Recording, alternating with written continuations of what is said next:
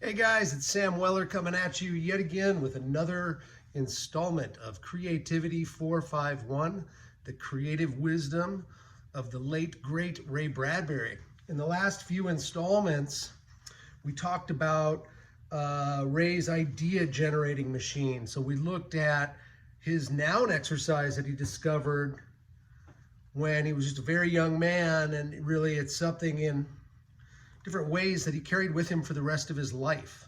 How just making lists of nouns with the word the in front of it, the lake, the jar, the cistern, the skeleton, the small assassin, the next in line, all these things culminated in his first book, so limited edition advanced reader's copy of that book, Dark Carnival. Very rare book. There's only like 3,112 copies that were printed by Arkham House in April of 1947. If you can get your hands on one, it's certainly a better investment than the stock market is these days. Nonetheless, so we talked about his noun exercise. Then we talked about passion and how Bradbury maintained this philosophy of do what you love and love what you do. This was so vital to his ethos. Really, really important to write about those things we love. So I cited an example of his early love of dinosaurs, right? He loved dinosaurs. And later in life, at the age of 30, he says, you know, I'm going to go back and I'm going to write a dinosaur story. He writes that dinosaur story, The Foghorn, which is arguably, possibly close to my all-time favorite Ray Bradbury short story. Certainly was one of his.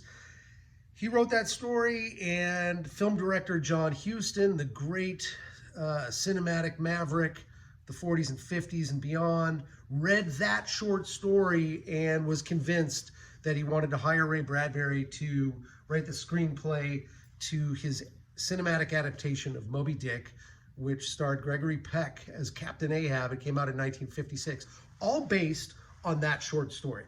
All right, so keep in mind that had Bradbury not gone back to his childhood love of dinosaurs and said, to hell with it, I'm writing a dinosaur story, no film career, or at least it would have happened much later. So those were the first two things we talked about. The third one I mentioned was Bradbury's ability to stay connected to his inner child. So important. He never lost touch with the boy he once was. Never. He grew up, he became a brilliant genius, philosopher, poet, writer, architectural designer, playwright, screenwriter, visionary. He grew up and matured and became a father of 4 and a grandfather of 8, and this influence on generations of creators to follow. This grandfather figure of creativity. But at the same time, he never lost touch with his inner child, and that was so important. So if you look at a story from Dark Carnival, The Lake, he wrote it when he was 22 years old and just went back to a childhood memory he had of going to a beach with a young girl in Waukegan, Illinois, where he grew up as a young man, and went back and he typed that word, the lake, down, and it prompted that memory of that little girl. And he wrote this story when he was 22, and he said it was the first good thing he ever wrote. He discovered his voice in it, the poetry of his language, the autobiographical concepts propelled forth into the realm of fantasy. Check this paragraph out. It was September, in the last days when things are getting sad for no reason. The beach was so long and lonely, with only about 6 people on it. The kids quit bouncing the ball because somehow the wind made them sad too, whistling the way it did. And the kids sat down and felt autumn come along the endless shore. It continues. All of the hot dog stands were boarded up with strips of golden planking, sealing in all the mustard, onion, meat odors of the long, joyful summer. It was like nailing summer into a series of coffins. One by one, the places slammed their covers down, padlocked their doors, and the wind came and touched the sand, blowing away all of the million footprints of July and August. It got so that now, in September, there was nothing but the mark of my rubber tennis shoes and Donald and Dahlia Shabold's feet down by the water curve. Beautiful evocation of the shoreline of Lake Michigan in September, when things are getting sad for no reason. Gorgeous. Again, here's another example of going back to childhood. This is a story that originally ran in Dandelion Wine called The Sound of Summer Running. It's a simple memory of the magic nature of tennis shoes. Somehow, the people who made tennis shoes knew what boys needed and wanted. They put marshmallows and coiled springs in the soles, and they wove the rest out of grasses bleached and fired in the wilderness. Somewhere deep in the soft loam of the shoes, the thin, hard sinews of the buck deer were hidden. The people that made the shoes must have watched a lot of winds blow the trees and a lot of rivers going down to the lakes.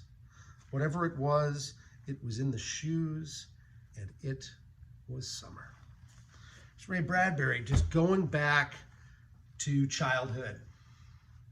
He did it over and over and over again, and it was one of the great secrets to his remarkable prolificacy and his remarkable success. So if you are a creator, a writer of short stories or novels or poetry or screenplays, if you're a musician writing songs, if you're a filmmaker looking to make a new movie, if you're an animator, a comic book artist, go back to the toy chest of your imagination and open the damn thing up and start going through things. That's what Ray Bradbury did over and over again, and it was one of his great, great tricks.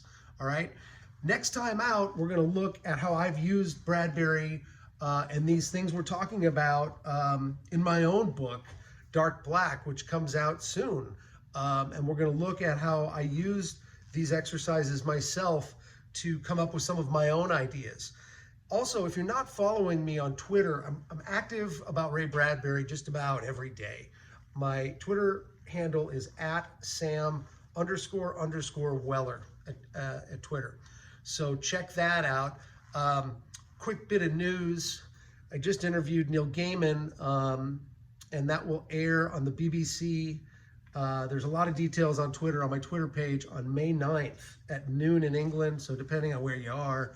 But it's a fantastic conversation about the influence of Bradbury on Neil Gaiman, his life, his work. We just talked for an hour loving Ray Bradbury. It's just a remarkable conversation. So I hope you'll look that up and check that out. Thanks for joining me. We'll see you real soon. Take care.